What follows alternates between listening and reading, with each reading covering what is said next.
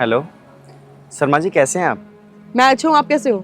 मैं भी अच्छी हूँ। वो मैंने ना 1 लाख रुपए ट्रांसफ़र किए थे अनाथालय में देने के लिए। अभी तो मैं बिज़ी हूँ, संडे को मिलती हूँ आपसे आके। ठीक है। चाबी रख ली गाड़ी की? हाँ हाँ, रख ली अब चलो। जल्दी चलो। हाँ हाँ। पापा, ये कैसे अजीब सी औरत है? नहीं बेटा, ऐसे नहीं बोलते, किन्नर है वो। हर एक किन्नर है, इनकी क्या इज्जत करना, ना 3 में ना 13 में। पापा, किन्नरों की शक्ल ऐसी क्यों होती है? चलो। बेटा मैं बताती हूँ हम किन्नरों की शक्ल ऐसी क्यों होती है। राम राम जी। राम राम जी। बच्चे ने जो पूछा ना, उसका जवाब मैं देना चाहती हूँ।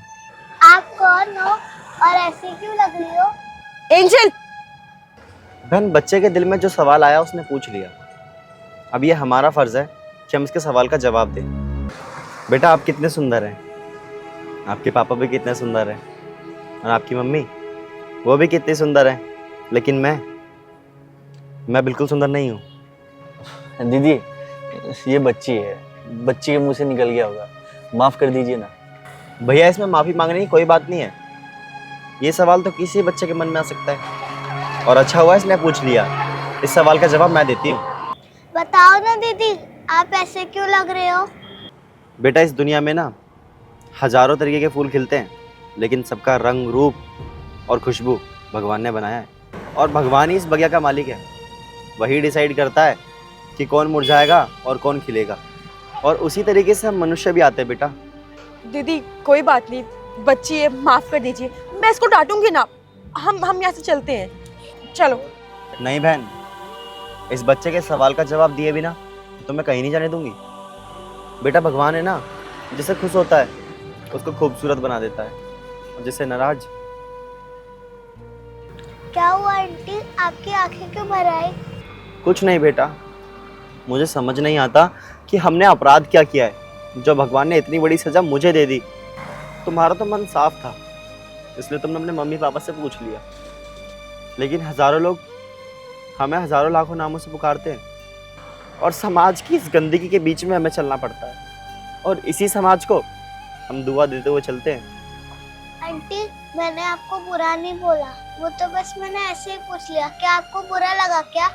बेटा तुमने कुछ गलत सवाल नहीं पूछा, लेकिन तुमने अपने पापा से ये सवाल पूछा ना, तो तुम्हारे पापा ने इसका कोई जवाब नहीं दिया, लेकिन इस सवाल का जवाब मैं देती हूँ। बेटा एक आम के बगीचे में बहुत सारे आम के पेड़ लगे होते हैं, और जो पेड़ फल देता है ना, उसके लोग छाया भी लेते हैं और फल भी खाते हैं, और उसे पानी भी देते हैं, खाद भी डालते हैं। और वहीं एक दूर आम का पेड़ जिस पे फल नहीं लगते, सूखा पड़ा रहता है, उसका कोई ध्यान नहीं देता, ना कोई उसमें खाद डालता है और ना ही पानी देता है।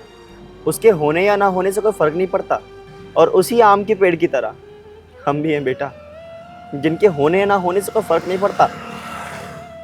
हम समाज के भले के लिए बाहर निकलते हैं, समाज को दुआ देते हैं, और समाज हमें 10-20 रुपए दे दे तो उससे हमारा घर नहीं चलता, और जो 10-20 रुपए लेके हमें समाज को दुआ देते हैं ना बेटा, वो इसी समाज के काम आता है। दीदी, क्या हुआ अगर पेड़ फल नहीं देता है, लेकिन छाया तो देता है ना, वो भी तो इंसानों की काम आती है।